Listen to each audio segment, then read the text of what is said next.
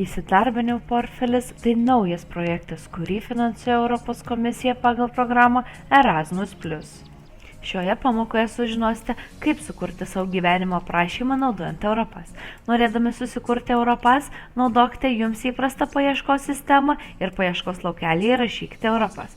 Spustelėkite nuorodą europa.eu, ji dažnai būna pirmoji. Puslapio viršutinėme dešiniajame kampe pasirinkite kalbą.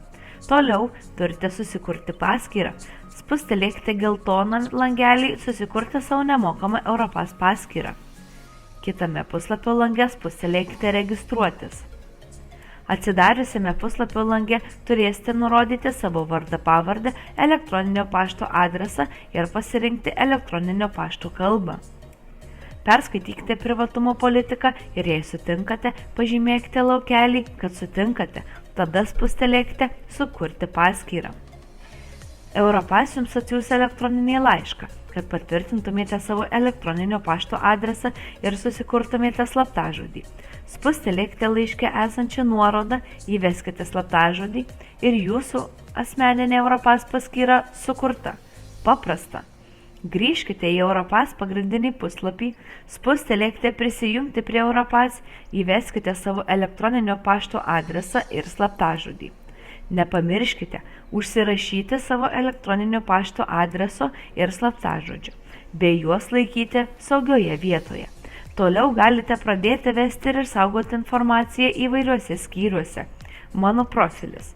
Galite užpildyti savo asmeninę informaciją ir nurodyti savo kalbinius įgūdžius.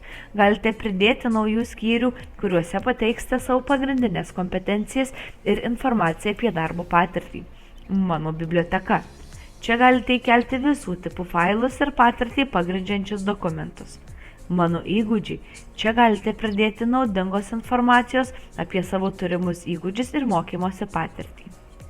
Nuolat atnaujinkite savo Europass ir pritaikykite jį pagal poreikį konkrečioms mokymosi, darbo ar karjeros galimybėms. Galite grįžti į savo Europass ir keisti informaciją bei pridėti naujos, kai tik panorėsite. Europass turi daugybę įrankių, padedančių sukurti patrauklų gyvenimo aprašymą. Europos komisija parengė vaizdų pamokų seriją, kuri padės jums kuo geriau pasinaudoti visomis Europass siūlomomis galimybėmis. Norėdami gauti pilną prieigą prie vaizdo įrašų, naudokite šią nuorodą. Kiekviena pamoka pateikiama daugiau kaip 20 kalbų ir gali būti pasiekiama internetu arba atsisiunčiama.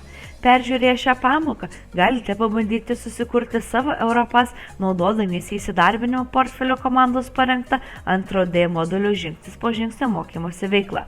Baigę veiklą, galite palyginti savo atsakymus su įsidarbinimo portfelio komandos parengtais atsakymų pavyzdžiais.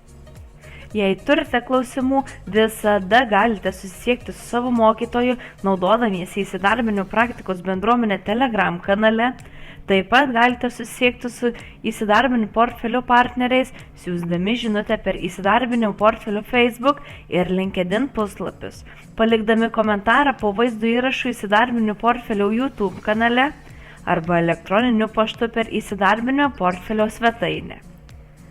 Visos organizacijos, kurios naudojasi įsidarbinimo portfelio ištekliais, turi nusistatyti aiškią duomenų apsaugos politiką atitinkančią BDA reikalavimus.